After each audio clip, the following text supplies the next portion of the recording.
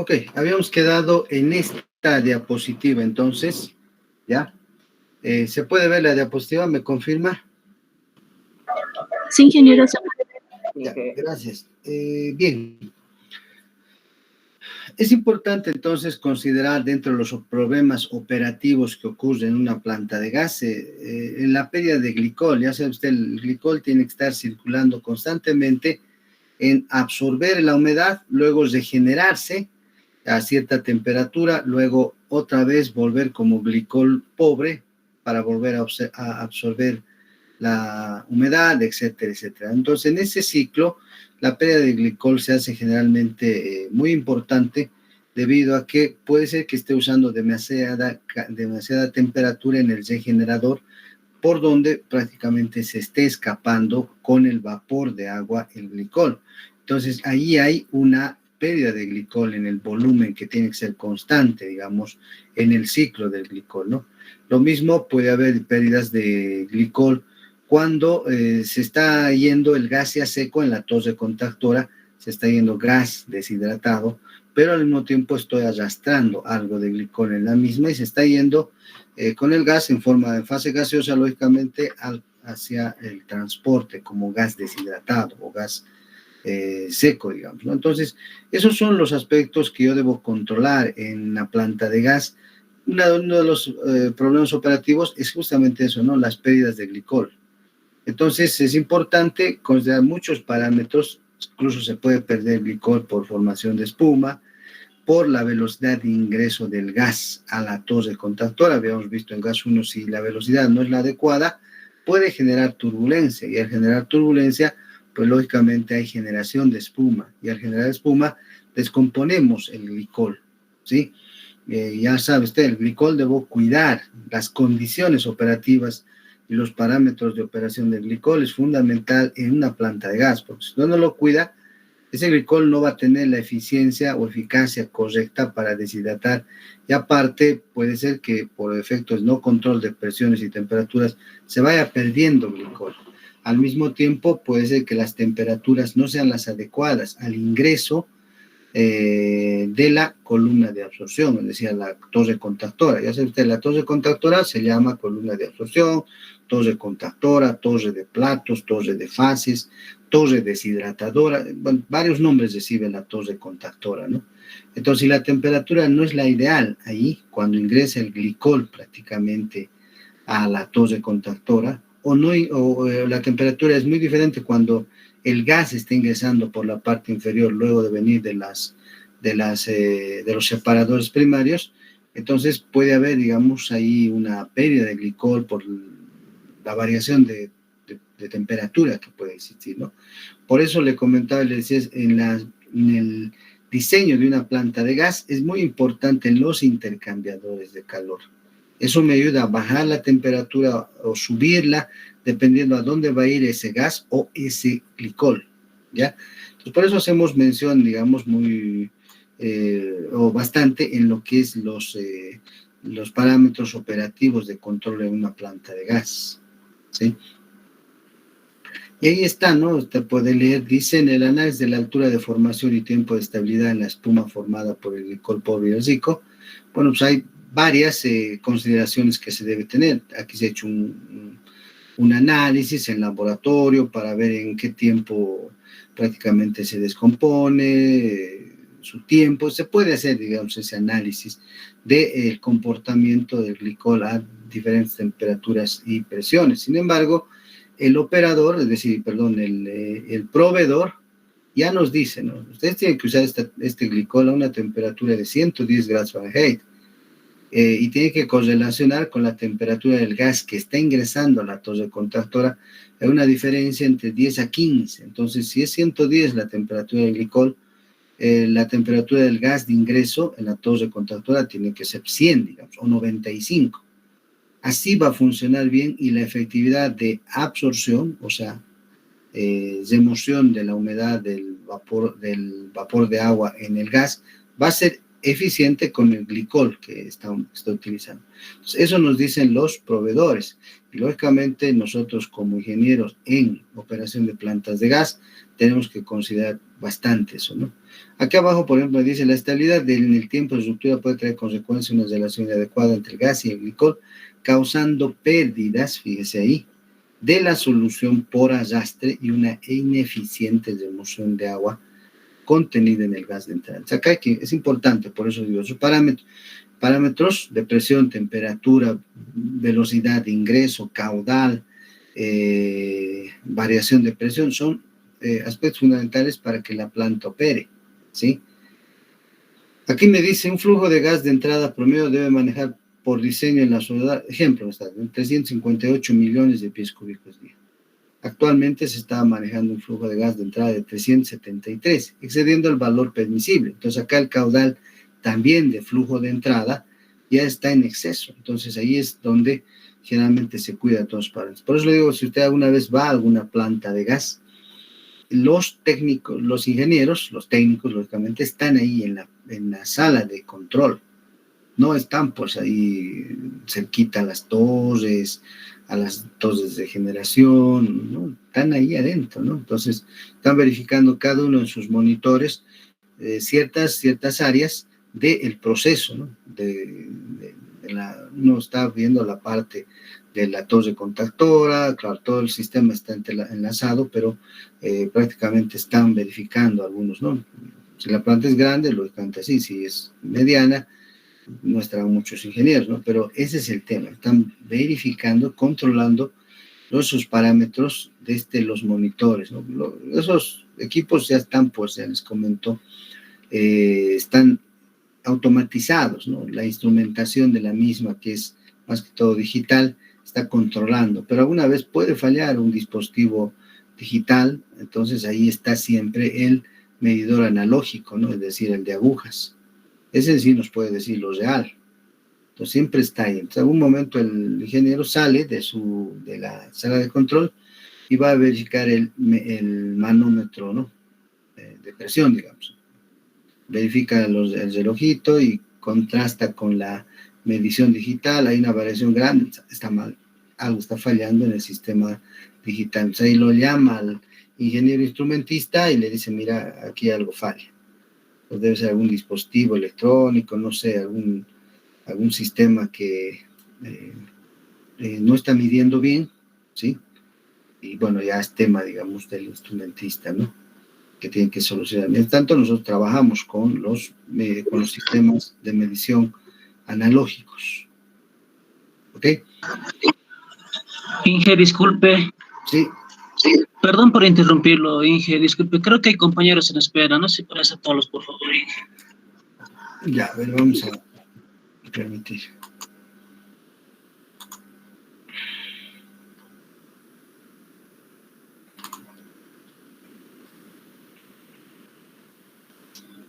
A ver, ya está.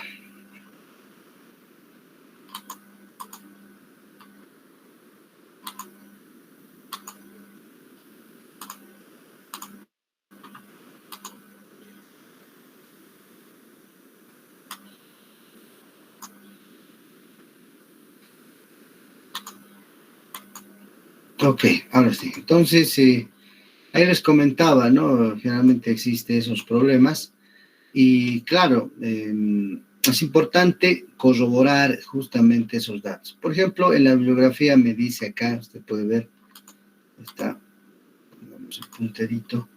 Según Martínez y Campbell, ese libro que bueno, les he dado como bibliografía, dice que la temperatura del glicol pobre, el que está ingresando por la parte superior de la torre contactora, debe estar de 10 a 15 grados Fahrenheit por encima de la temperatura del gas de ingreso, ¿no? Con los datos tomados del sistema de control se observaron cambios en la temperatura. Estamos analizando un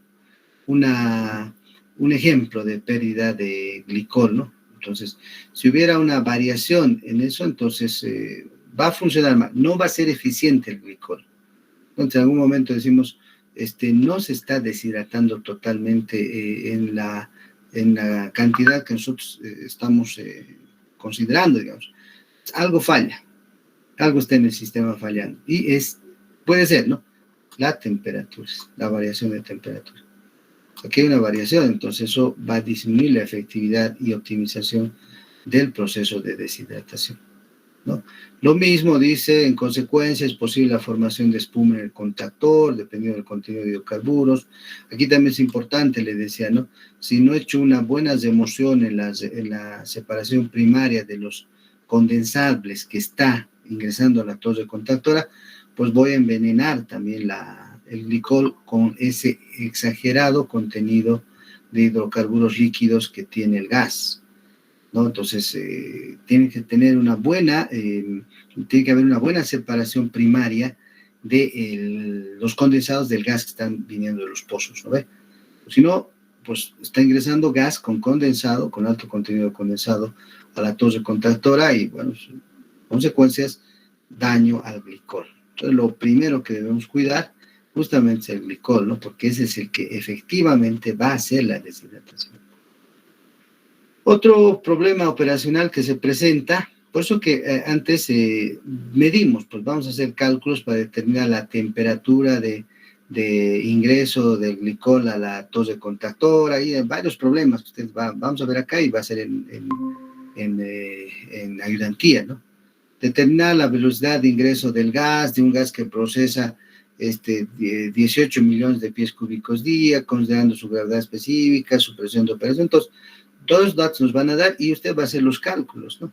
Pero ¿por qué hace los cálculos? Para ver esto, lo que le estoy explicando, ¿no? Le estoy diciendo que hay que considerar justamente esos parámetros de presión, temperatura, caudal de circulación del glicol, tipo de, digamos, de temperatura, es decir, la temperatura hasta cuánto más o menos tengo que reducirla para que ingrese la torre contactora, el sistema de intercambiador de calor, cuánto tiene que transferirme la energía en forma de calor de una línea a la otra para que la temperatura del glicol sea la ideal y que ingrese a la torre contactora. Entonces, todos los aspectos, como ve usted, es importante considerar y esos cálculos son los que vamos a hacer, lógicamente, ¿no? Más adelante. Pero en la parte teórica ya les explico por qué hago, ¿no?, esos cálculos. Ahora, puede haber que existan pérdidas de glicol en la unidad de regeneración. A esto me refiero en las torres, en los reboilers, perdón, ¿no? Allí puede haber, digamos, también pérdidas de glicol por el excesivo calentamiento del glicol, ¿no? Y parte del glicol se va asociado en forma gaseosa con el agua que estoy eliminando. Todos esos parámetros son los que yo debo considerar. Por ejemplo, cuál es la temperatura o el calor ideal para que esta torre, este boiler acá, opere, ¿no? O sea, ¿cuál es el calor necesario en BTUs? Entonces, todo eso dependiendo, me dice usted, dependiendo del caudal del glicol que esté ingresando acá, y los parámetros de temperatura máxima del glicol. Entonces, yo le doy los datos y usted me dice, pues, el calor necesario para que desprenda el vapor de agua del glicol es y no más, porque si no, se me va a ir glicol en forma gaseosa con el agua que está ahí adentro, ¿no?, que está saliendo, perdón, ¿no? Entonces, esos aspectos son importantes. Por tanto, acá me dice, los altos consumos de glicol en la deshidratación, pues puede ser causado por la alta velocidad de gas en la columna de absorción, acá. Si está ingresando el gas húmedo, y aquí debo calcular la velocidad del gas de ingreso. Entonces, si usted no calcula, pues no va a ser efectiva la operación de esta torre contactora y no voy a sacar el gas con las especificaciones de contenido de agua que, bueno, está programado, está definido, ¿no? Y también el ingreso del glicol a la temperatura adecuada y también el ingreso del gas húmedo a la temperatura adecuada para que aquí adentro haya un equilibrio, ¿no?, termodinámico, pues, y pueda haber esa desorción, en este caso del agua, en el gas natural, en este caso, ¿sí? Lo mismo, el glicol rico va al serpentín, a la torre de destilación, ahí es donde prácticamente yo separo de alguna manera el vapor de agua y el glicol tiene que ingresar al reboiler para que posteriormente sea, bueno, calentado separado del agua que aún contiene y pase al tanque de almacenamiento, si gusta, ese mismo glicol, ya glicol pobre, ¿no? Esos parámetros son los que debo calcular, ¿no? Y finalmente me dice, el aumento de flujo de glicol rico hacia los serpentines permite disminuir las temperaturas en el tope de las columnas destiladoras y el tanque flash. Es decir, acá, por ejemplo, cuando está retornando el glicol, fíjese, va a ir pues a las torres destiladoras, ¿no? Ya sabes, esta torre destiladora es justamente, son serpentines, es como una torre destiladora prácticamente, ¿no? Que me ayuda pues a separar de alguna manera el agua, ¿no? Para que ingrese directamente acá con el poco contenido de agua, por eso es de torre destiladora, aún contiene agua, el glicol, y bueno, se hace el proceso mucho más eficiente, ¿no? Bueno, ese es prácticamente los problemas operativos que tenemos, ¿no? Ahora es importante, digamos, utilizar el tipo de elemento absorbente que tengamos, ¿no? Es decir, acá, ¿qué tipo de glicol usted recomienda? Aquí falta el DEC, no está el DEC. ¿Qué tipo de glicol usted recomienda para una planta de gas? Bueno, y usted dice, depende, ¿qué cantidad de agua tiene el gas? Primero muéstreme la composición y la cantidad de agua del gas. Asimismo, quiero saber si ese gas es rico o es pobre, es decir, tiene alto contenido de condensado o no. En algún momento le van a decir, sí, tiene alto contenido de condensado. Pues recomiendo DEC. No, ¿por qué? Porque el DEC ya hemos visto las características en gas 1, que el dietilenglicol es más efectivo, digamos, para un gas que contiene alto contenido de agua y también, y no mucha cantidad de condensado, ¿no? El dietilenglicol. En cambio, el TEC, este sí, prácticamente, si el gas es rico, con alto contenido de condensado, pues muchos le van a decir, utiliza el dietilenglicol, ¿no? Porque si ese gas es rico, tiene contenido de condensados, pues no va a sufrir daño, digamos, al glicol y al mismo tiempo va a ser más eficiente. Además de que este glicol, lo mismo que el DEC, también puede retener el agua, es decir, deshidratar hasta 5 a 7 libras, ¿no? Por millón cúbico. Entonces acá faltaría el DEC. Y el TEC, el MEC, prácticamente no. Se utiliza simplemente en muchos de los casos para gases que tienen bajos contenidos de condensado y no mucha cantidad de agua, ¿no? El MEC. Los costos también varían, ¿no? El MEC es más barato, el DEC casi barato, o sea, está ahí en el punto medio, el TEC sí es más caro. Si usted daña el TEC, o sea, ahí los costos para suplir, digamos, la cantidad de pérdida de glicol ya son mayores, pues, ¿no? Entonces, además, ¿para qué voy a utilizar un TEC que es más caro y el gas, pues, no tiene alto contenido de condensado? Ya hemos hecho una separación primaria, etcétera, etcétera, ¿no? Y tampoco tiene contenidos altos de ácidos, digamos, porque también hay que considerar, ¿no? El gas, primeramente, lo que estamos haciendo es deshidratación, pero contiene ácidos ese gas. Entonces, ahí es importante considerar el tipo de glicol también. Si es muy ácido, entonces prefiero TEC y no DEC, pero en el caso nuestro, el gas natural boliviano, no es ácido, es dulce el gas. Pues DEC, ¿listo? Entonces, ahí está, digamos, las diferencias en lo que se les puede decir, ¿no? Ya les digo, ustedes, por ejemplo, se les pregunta, ¿por qué utilizamos DEC? Ahí está la respuesta que yo le acabo de explicar, y usted explica en detalle por esta situación y se explaya, pues, lógicamente, ¿no? Y ese es el conocimiento que usted debe tener. Finalmente, dice, acá hablando del MEC, dice, no utiliza el contactor generalmente, dice, ¿no? Habría que ver, digamos, qué tipo de contactores. Con el MEC se recuperan cantidades moderadas de condensado, pues fíjese, ¿no? Para regenerar el MEC se utilizan temperaturas más bajas, ¿no? Incluso las necesidades de energía en los reboilers son menores, pues, para el MEC. ¿Por qué? Porque, bueno, no tiene tanta eficiencia, ¿no? El monotilenglicol. En algunos casos, inclusive, lo utilizan en vez del etanol, metanol, para eliminar hidratos en los ductos de transporte de gas. ¿Ya? Por ejemplo, les comento, a nosotros nos invitan, pues, digamos, a algunas defensas de proyecto de grado en algunas universidades, etcétera.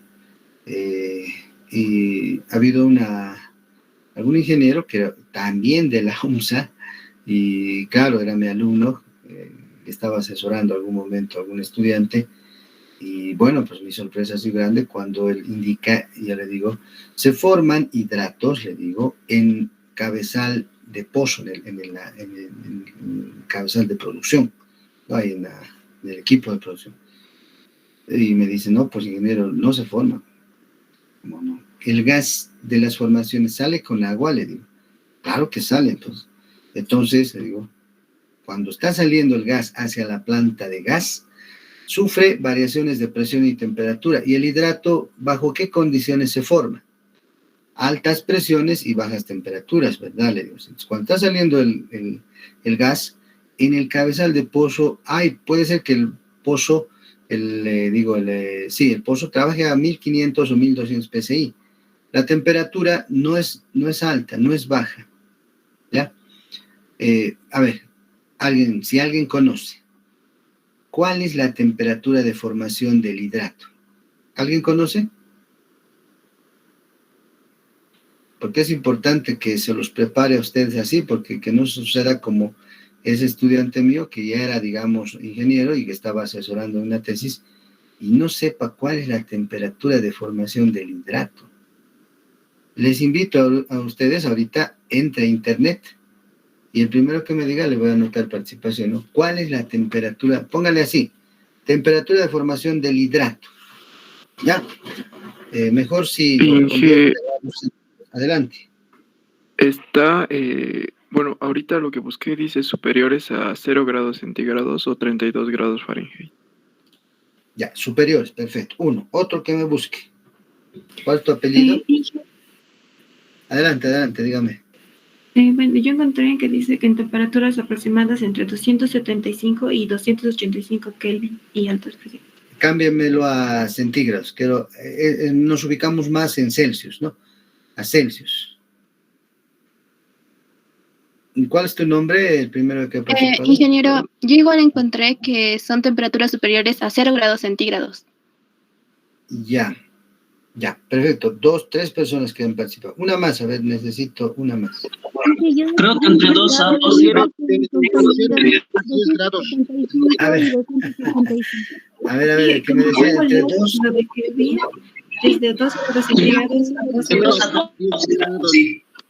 Ya, entre 2, adelante, a ver, dígame, señorita, usted. De 2 grados centígrados y 12 grados centígrados, en ese rango. Correcto, esa es la real temperatura. Fíjese, muchos de nosotros pensamos y decimos, la temperatura de formación del hidrato, ingeniero, tiene que estar por debajo de 0, porque se solidifica.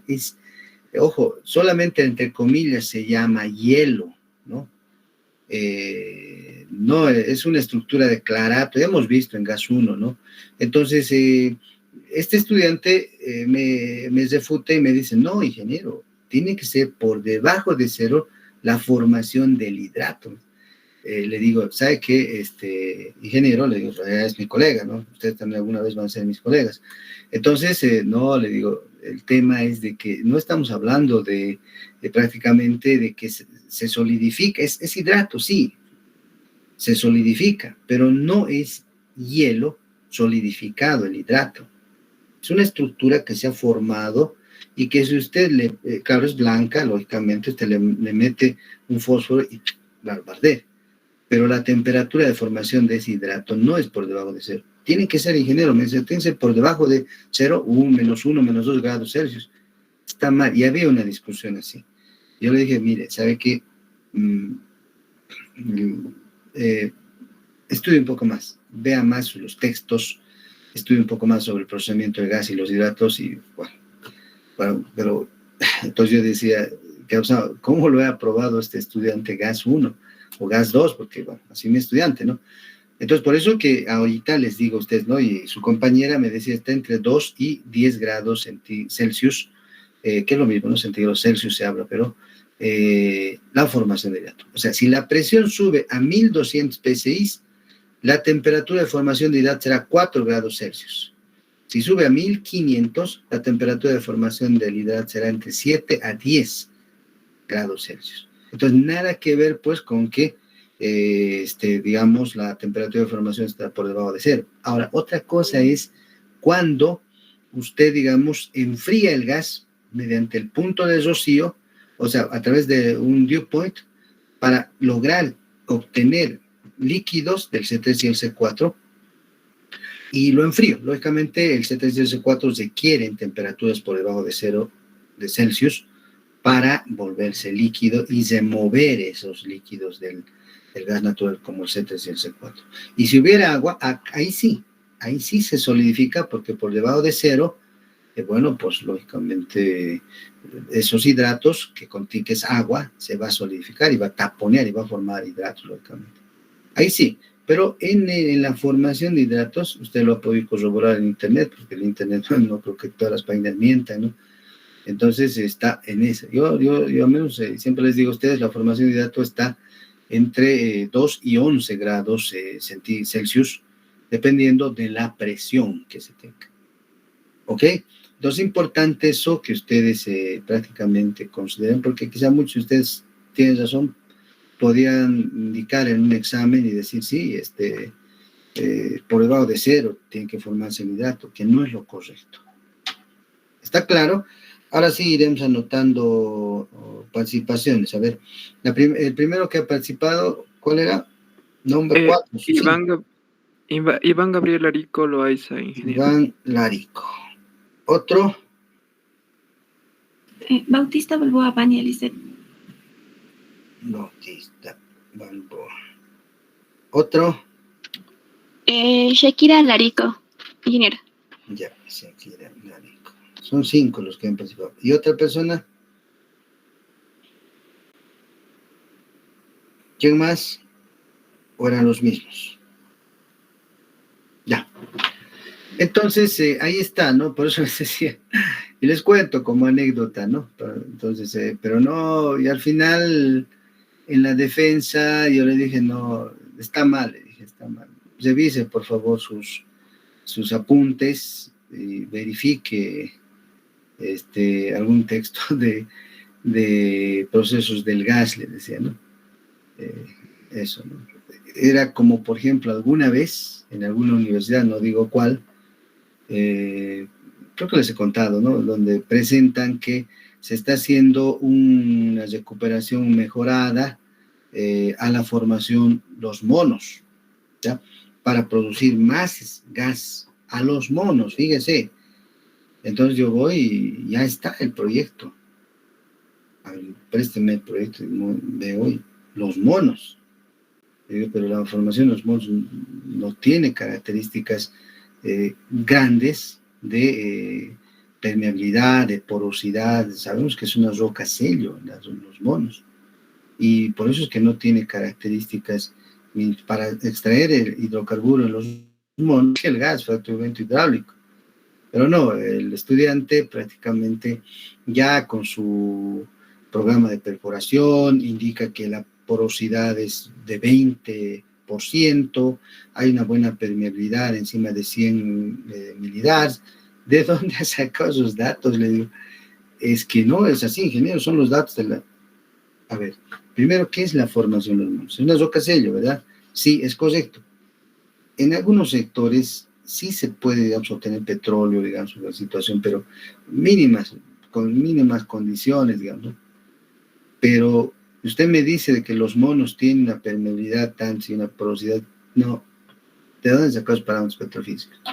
Entonces, tal vez se ha tomado datos de algún otro estrato y, bueno, ha dicho, ya no que no sea ya de esta formación, pero que sea de esta formación, pero no se ha dado cuenta de que los monos no es pues factible. Por ejemplo, en este momento, si usted me dice, el campo X está produciendo de la formación los monos gas o petróleo, demuéstrame dónde, a ver. se ubica, ¿no? Entonces, por eso es que en gas 1 hemos visto, pues estas son las formaciones, de aquí se produce gas, de aquí petróleo, el sistema petrolero es este, y por eso en gas 1 hemos visto todas esas características, usted se ubica, se da cuenta, ¿no? Entonces, no sirve todo eso de gas 1. Pues al final, pues, ¿qué vamos a hacer? Ya estaba la familia lista, ya estaba, creo, el almuerzo, ya estaba la fiesta, la decepción, todo, pues. Bueno, al final el tutor dice, sí, pero bueno, los procedimientos están correctos, solo quizá las condiciones del pozo y la formación ha sido la única variación.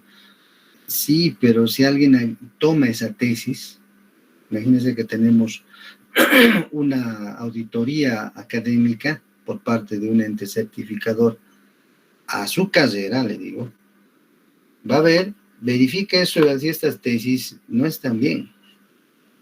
Ups, y ese es el indicativo de que también la enseñanza y la calidad académica de esta universidad no está bien. Desinflada total, digamos. Pero ahí está, ocurre, hay casos. Por eso es que le digo, mucha gente, son los estudiantes que estudian, o digo, pasan clases y no vienen. En el caso de las virtuales, peor todavía, ¿no? Lo prenden tanto la cocina, no sé, por su cuarto, no sé, pero no están pasando clases en este momento. Solo los más conscientes están escuchando y dicen, ya, bueno, aprendo de eso, ¿no? Algo así. Pero muchos no. Y aprueban la asignatura, pero no aprenden. Es muy diferente aprobar y aprender. En todo caso, se complementan, ¿no? Usted aprueba aprendiendo. Muchos aprueban por aprobar nomás.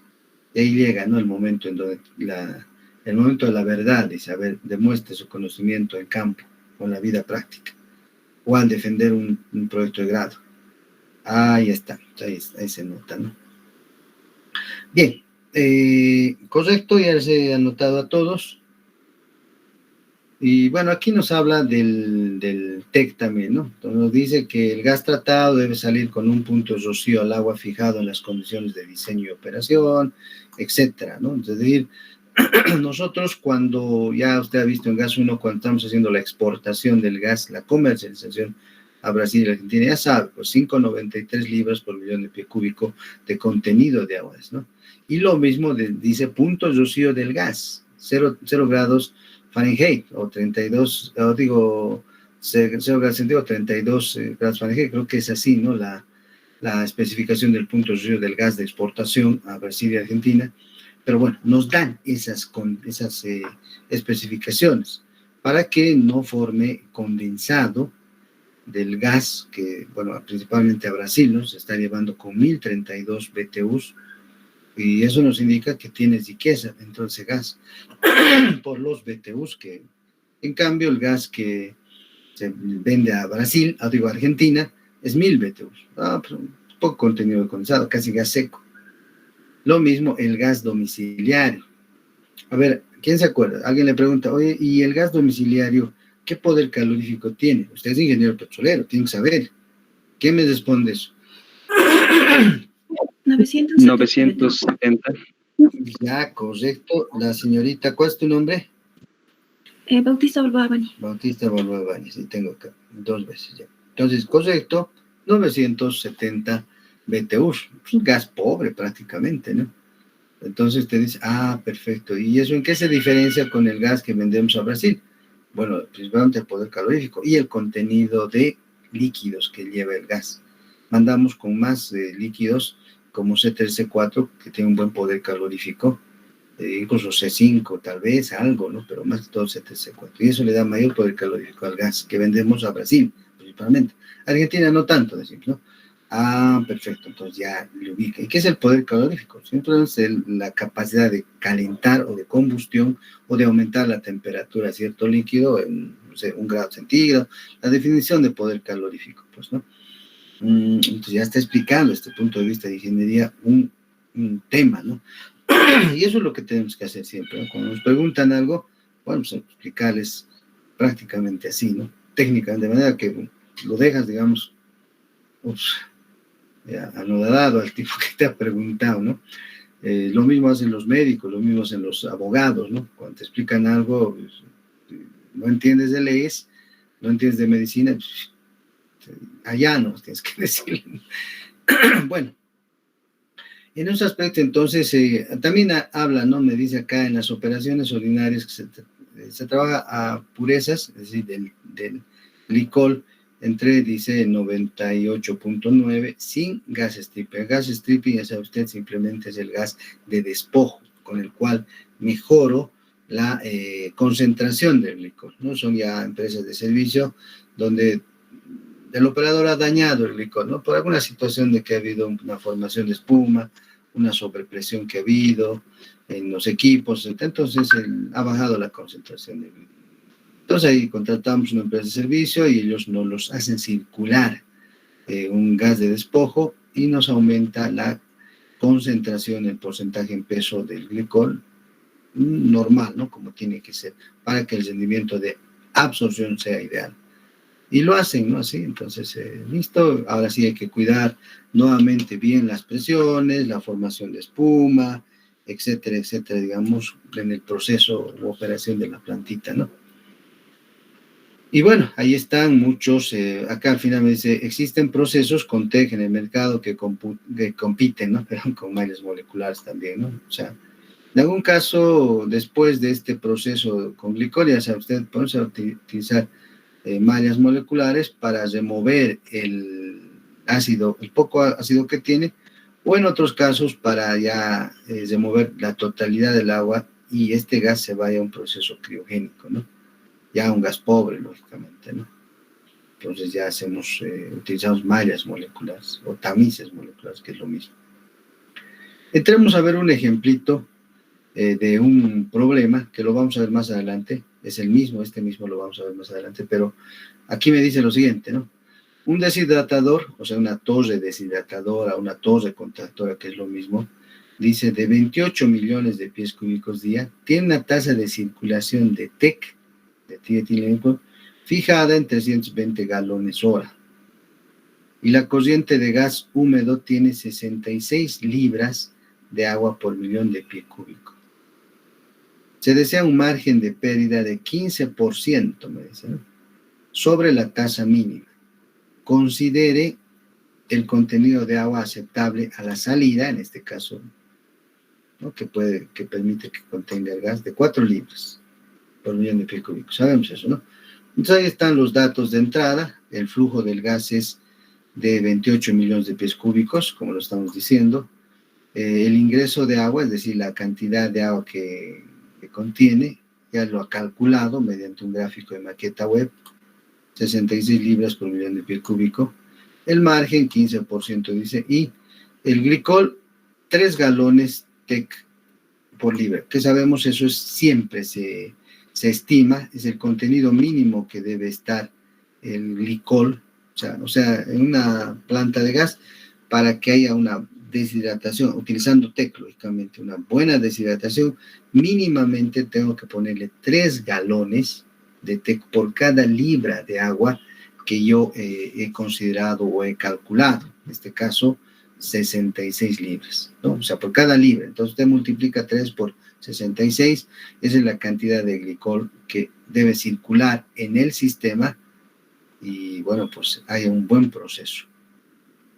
Eso me dice la bibliografía, ¿no? Y ustedes si entran al GPCA, van a encontrar eso, ¿no? Mínimamente se requiere 2.98 o 3 libras de trietilenglicol por cada libra de agua que se debe remover, dice, ¿no?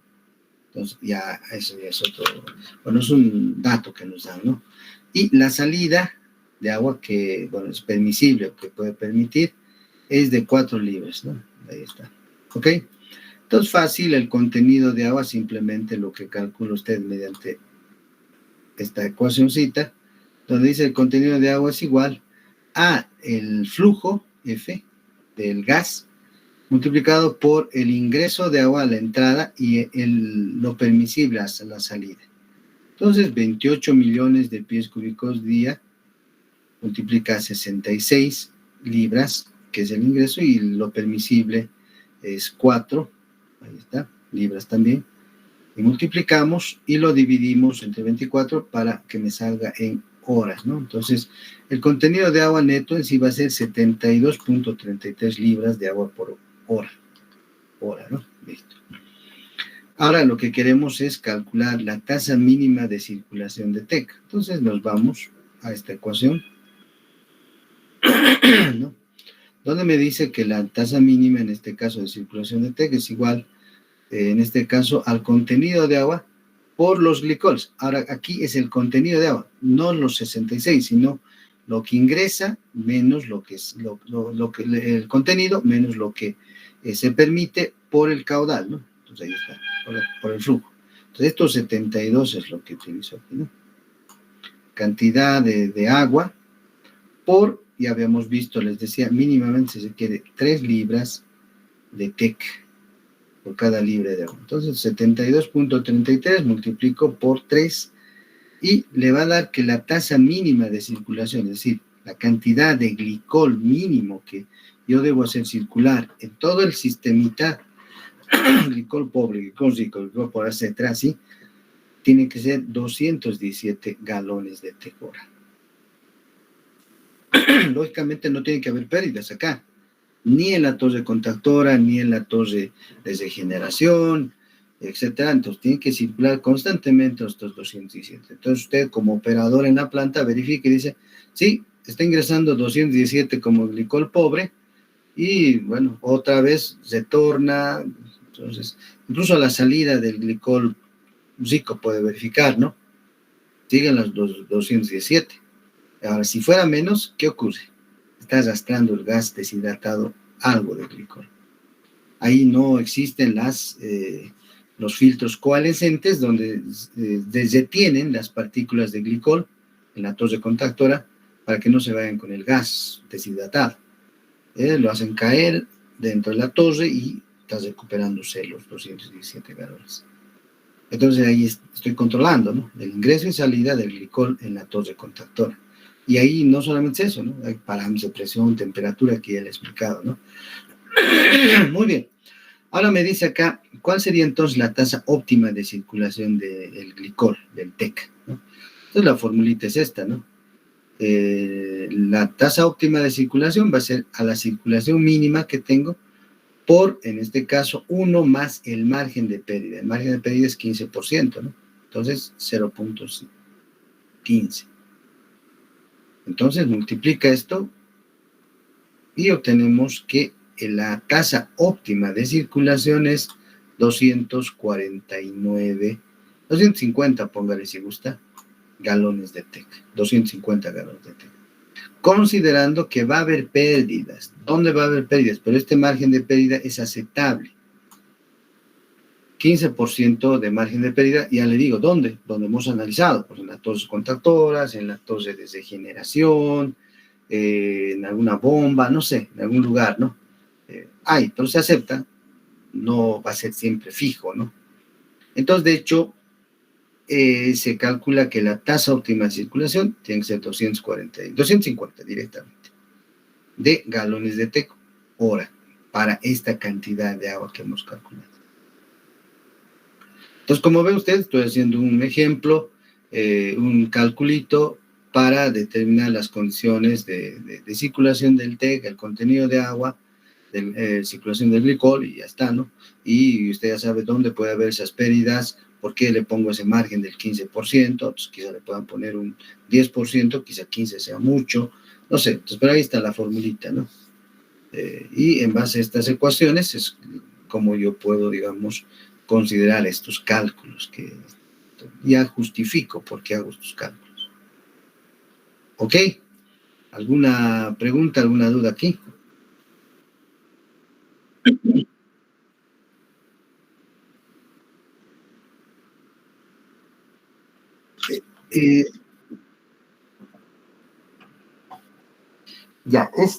Se saca así de tabla, es un valor constante, ¿no? Es un valor estimativo, digamos, que el GPCA nos da. Lo mismo dice en el Arturquina y demás, ¿no? Se estima que para remover una libra de agua, si estamos utilizando TEC, se requiere mínimamente 2.8 galones de TEC, o sea, 3 directamente, ¿no? 2.98, perdón. Entonces, 3. Entonces, ya de hecho, la bibliografía nos toma como un dato fijo para remover una libra de agua con 3 galones de TEC directamente. Ahora, para si fuera, digamos, MEC, no, es otro dato. Y en la tabla, en la tablita que tenemos, no lo he colocado acá, nos dice las cantidades de DEC, dietilenglicol, requeridas para remover una libra de agua. Lo mismo con MEC, ¿no? Monoetilenglicol, digamos. Pero ya son datos calculados que los utilizamos ya como fijos en cualquier cálculo que tengamos. ¿Ok? Su apellido es Díaz, ¿qué dice? Aquí también. Ok. Bueno, aquí podemos ver una tabla de las propiedades de los glicoles y el metanol principalmente, ¿no? Bueno, ahí tenemos las fórmulas, el peso molecular de cada uno, el punto de ebullición, la presión de vapor. En algún caso necesitamos las características del tipo de glicol. En este caso, si les doy un problema en el examen, para dietilenglicol usted tiene que utilizar sus propiedades de la misma, ¿no? La densidad, por ejemplo, ¿no?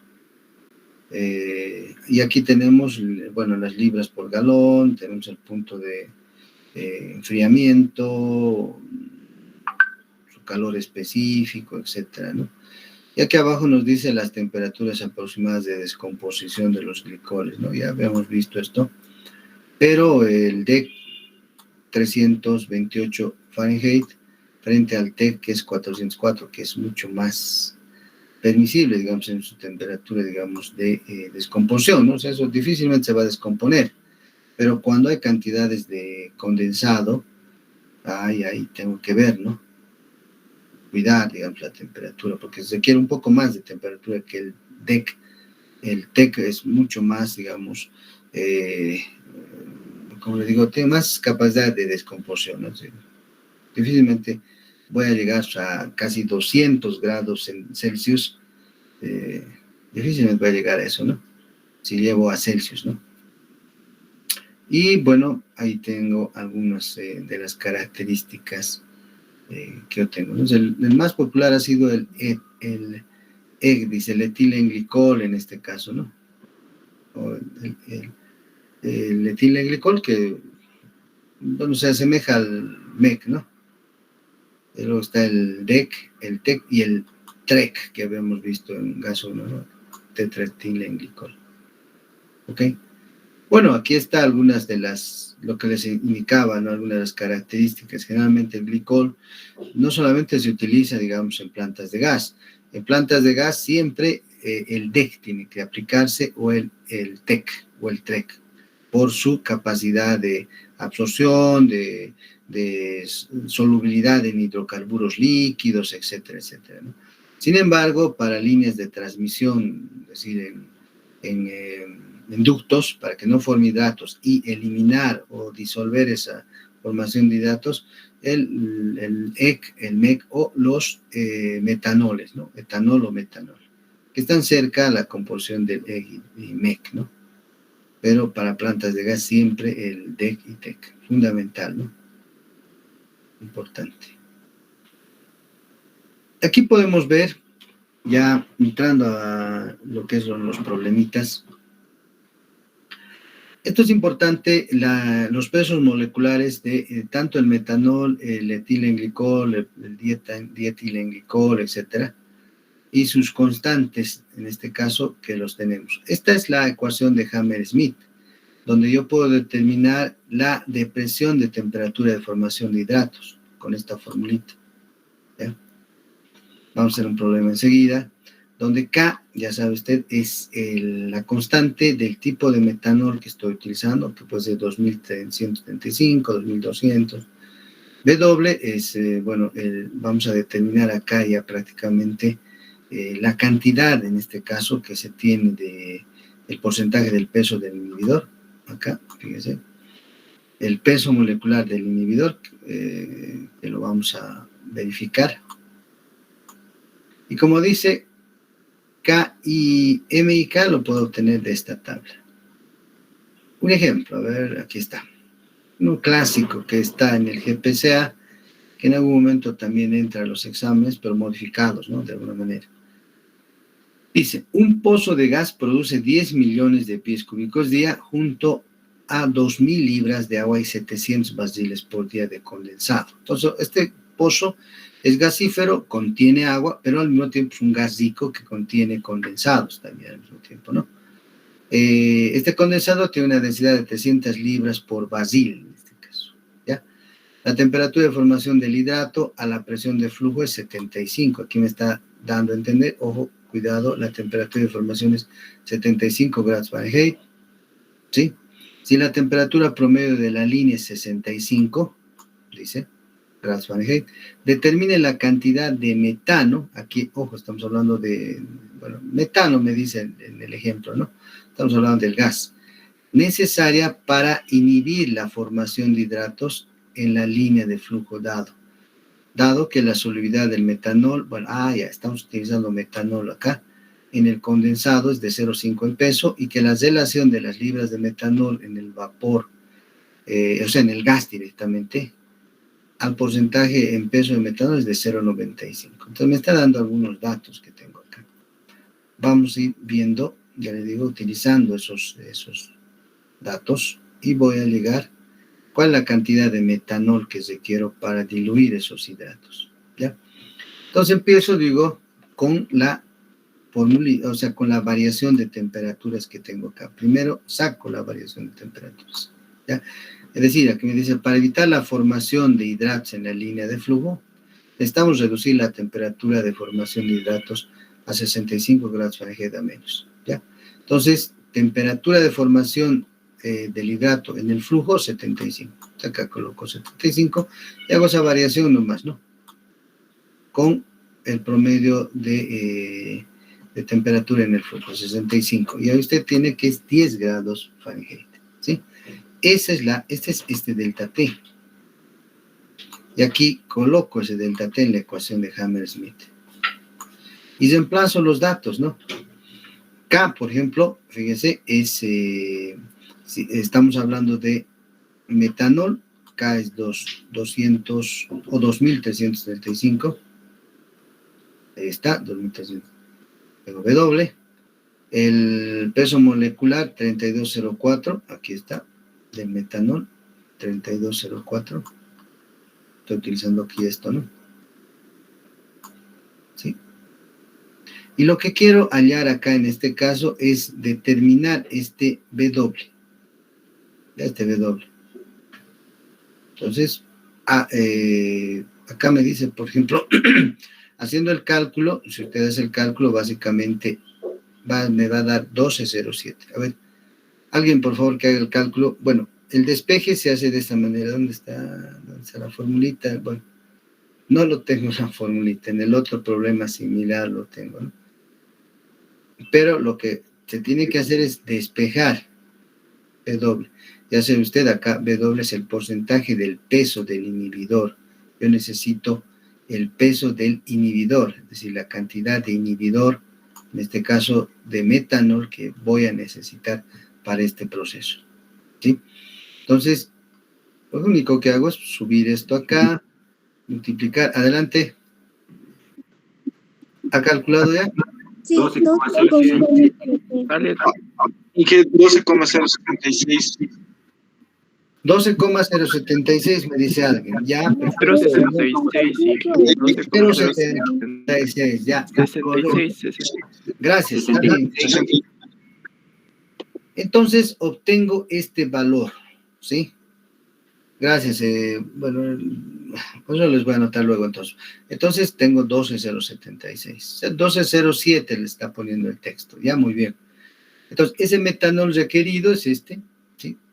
Lo estoy cambiando a 0.207 por 2000. 2000 es lo que me está dando acá como dato, ¿no? Tengo el agua, ¿no? 2000 libras de agua. Lo estoy multiplicando por 2000. Y obtengo que el metanol requerido en el agua, que es este metanol que he calculado, por los 2000 libras de agua, obtengo que es 241. ¿Listo? Ahora calcule el metanol, las libras de metanol en el vapor. ¿Sí? El vapor prácticamente me dice que es 95, ¿dónde está por ahí? 95, 0,95, el porcentaje de peso en el metanol. ¿Sí? Ese, a ver, sí, 0,95. ¿Sí? Por el porcentaje 12,07, bueno, pues voy a obtener que el resultado es 11,47 libras por millón de pie cúbico. Lo multiplico por 10, que en este caso son los 10 millones de pies cúbicos día. Y obtiene que es, o sea, 114 libras día de qué? De metanol, pero en el vapor. Al decir en el vapor, me refiero al gas. Esto es metanol en el agua, esto es metanol en el gas. ¿Sí? Muy importante eso. Metanol en el agua, metanol en el gas. Y ahora, el metanol en el condensado, dice acá. Muy bien, a ver, veamos. En el condensado, 5% me dice, ¿no? A ver, aquí está. Metanol en el condensado es 0,5% en pesos. Si usted...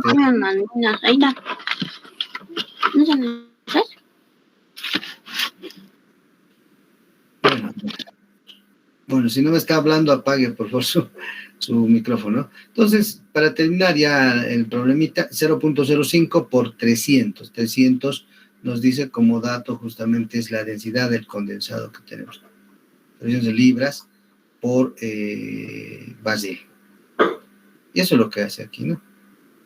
Por 700, que me está dando los barriles día del mismo del condensado. Entonces tomo su densidad y su cantidad en barriles día, ¿no? Y es lo que hace aquí. Y obtiene que el metanol disuelto en el condensado es de 1050. Si usted hace los cálculos acá. Finalmente, ¿cuál es la cantidad total entonces? La cantidad que voy a utilizar de metanol en el agua, más la cantidad de metanol en el gas, aquí, y más la cantidad de metanol en el condensado. Total, voy a utilizar cantidad de metanol de 1406 libras día. ¿Ya? Y aquí sale a la conclusión y me dice que es mucho la cantidad de metanol que va a utilizar usted en el condensado, ¿no? Porque para en el agua 241, en el gas 114 y en el condensado 1050, es mucho. Tiene que hacer un proceso de remoción del condensado para que no esté junto al agua y al gas.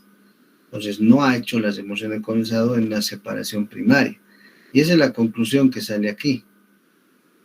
A partir de los resultados vemos que 1050 libras de metanol, casi el 75% del total, se diluyen en el condensado. Por tanto, no contribuyen al tratamiento. Lógico, no voy a deshidratar el condensado.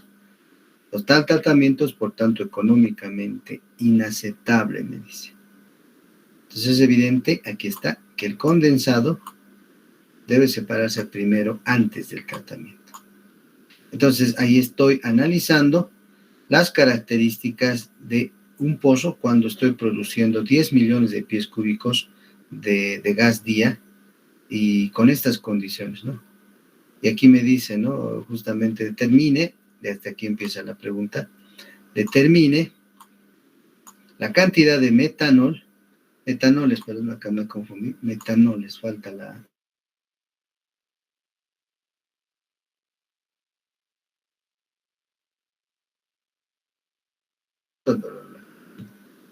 Ya está aquí, ojo, por favor, aumente metanoles, ¿no? La L falta. Entonces he hecho estos calculitos, fíjese, y he obtenido que esta es la cantidad. Listo, solamente es la cantidad, pero dentro de su análisis técnico usted dice es mucho, 1050 en el condensado. No es correcto. Pero si me dijeran solamente dígame cuánto es la cantidad de metanol, punto. 1046. Esta, 1406, perdón. Listo. Y su análisis es que es demasiado en el condensado.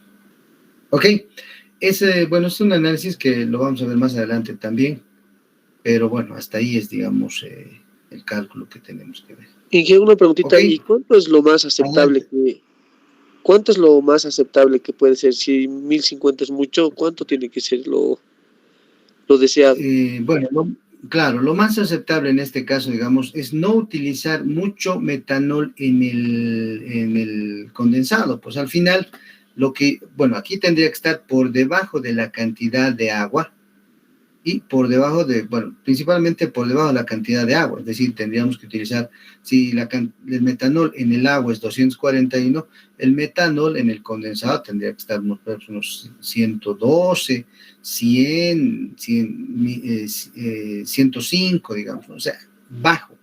Porque ya le digo, el gas que está ingresando prácticamente a una planta, no sé, tendría que ser menor. Ahora, si esto se trata de un ducto, no, ahora aquí no, dice un pozo de gas. Ahora, les explico eso, ¿no? Si digamos es el cabezal de producción, desde aquí va a formar hidratos, ¿no? Acá, va a taponear prácticamente. Eso les explicaba la anterior semana, o hace rato, ¿no? Hay un taponamiento por cuestión de hidratos de gas, acá, porque aquí hay presión, hay temperatura y se forma acá hidratos, ¿ya? Entonces, el tema es de que al formarse taponea el ducto y restringe la producción, el diámetro del ducto para producir, ¿no? Entonces, ¿qué es lo que se hace? Muchos de los de datos que usted va a encontrar en la bibliografía, lo que hace es prácticamente introducir agua caliente, hay unos sistemitas ahí que están al lado, donde puede introducir agua caliente. Primero el agua se calienta y diluye. Otro es inyectar alguito de metanol o etanol ahí mismo y diluye. Por tanto, el gas, ojo, sigue conteniendo agua, va circulando y tiene que pasar un buen trecho hasta llegar a la planta. Aquí en la planta es donde sí, la planta de gas, hago el proceso de deshidratación hasta cierto punto, ¿no? Porque aquí tienen que echar la torre, etcétera, previo unos separadores, pero en este trámite es donde puede haber esa, ya les comento, esa formación de hidratos. Pero usted sabe bien, a la salida puedo tener acá unos separadores, ¿no? Separadores bifásicos, de donde prácticamente ya por acá, en este caso, ya no llevo el gas así, sino va a los separadores y recién va a la planta de gas. Acá, lógicamente, separa condensado y agua, ¿no? En el separador primario. Y por densidades, lo que es un separador bifásico, lógicamente, el gas recién va, ¿no? Ahora, está arrastrando, sí, condensado algo, está arrastrando humedad también algo, sí, está bien. Por eso que la planta de gas va a trabajar, ¿no? Para deshidratar, pero acá ya el condensado lo he removido y parte del agua en estado líquido ya lo he movido, ¿no? El agua, ya lo he removido. Es la función, pues, del separador primario. Entonces acá, si fuera el proceso en la línea, en esta línea que está yendo por acá, ¿no? O fuera directamente una línea directa que está yendo, en este caso el ejercicio creo que es la línea directa que está yendo a la planta de gas. Acá necesito separar previamente, porque fíjese, para cuidar la formación de hidratos con metanol, estoy cuidando, sí, para que no se forme hidratos con el agua, también hidratos en el gas, pero ojo, en el condensado estoy utilizando mucho. Tendría que ser por debajo del contenido de metanol que voy a utilizar en el agua, ¿no? O sea, por debajo de 241. Y eso menos todavía, por debajo de, bueno, hasta ahí puede ser, ¿no? Hasta 114. Pero acá 150. Hay harto condensado. Entonces usted dice, momentito, aquí no se está utilizando el separador, está yendo directo a la planta. Y aquí en la planta recién estamos el separador primario, en la plantita, aquí, ¿no? Aquí, digamos, hay un separador, y recién estamos separando para que ingrese a la torre contactora, lo cual no es lo correcto, ¿no? Entonces, ese es el tema. No sé si me dejo entender, ¿está correcto? ¿Cuál es su nombre? Mamán Ibarra, Miguel Ángel, ingeniero. No, Manigas. ¿Está correcto? ¿Se ubica? ¿O alguna pregunta? Sí, ingeniero, gracias. Ya. Bueno, entonces, jóvenes, terminaremos acá. Vamos a quedar en esta diapositiva y la próxima clase vamos a ver el contenido, el próximo lunes, el contenido de agua en los hidrocarburos. Vamos a aplicar estas tablitas. No olvide que en cualquier momento podemos dar un repaso, ¿no? Faltando media hora, yo les digo, calcúleme esto. Y tiene que tener listas sus tablitas de la clase anterior, ¿no? Por la luz puedo decirle, este problemita les voy a dar y envíenme en 20 minutos las resoluciones de este problemita, ¿no? Entonces eso tiene puntaje, ojo, ¿no? Para subir su nota, o bueno, pues quedarse en una nota determinada. Entonces es importante que estén todos en clase y los que me envían en clase, pues estaban, ¿no? Y aunque han hecho mal, pero bueno, estaban. Eso es lo importante, ¿no? Cualquier clase puedo tomar, yo les digo, un repasito de unos 20 minutos y ustedes resuelven en una hoja, sacan la fotografía y me lo envíen, ¿no? Al chat directamente, a mi WhatsApp personal, no al chat, al WhatsApp del grupo, sino a mi WhatsApp personal, a mi número. O sea, me llega, lo descargo y ya está, ¿no? Ya sé quiénes han hecho. Bien, entonces, quedemos acá, por favor, en el contenido de hidrocarburos para la próxima clase. Y el lunes, ¿no? En este caso, y continuamos con la misma. Ok, que les vaya bien entonces, hasta luego. Gracias, hasta luego, ingeniero. Hasta luego, hasta luego. Hasta luego, dije. Hasta luego.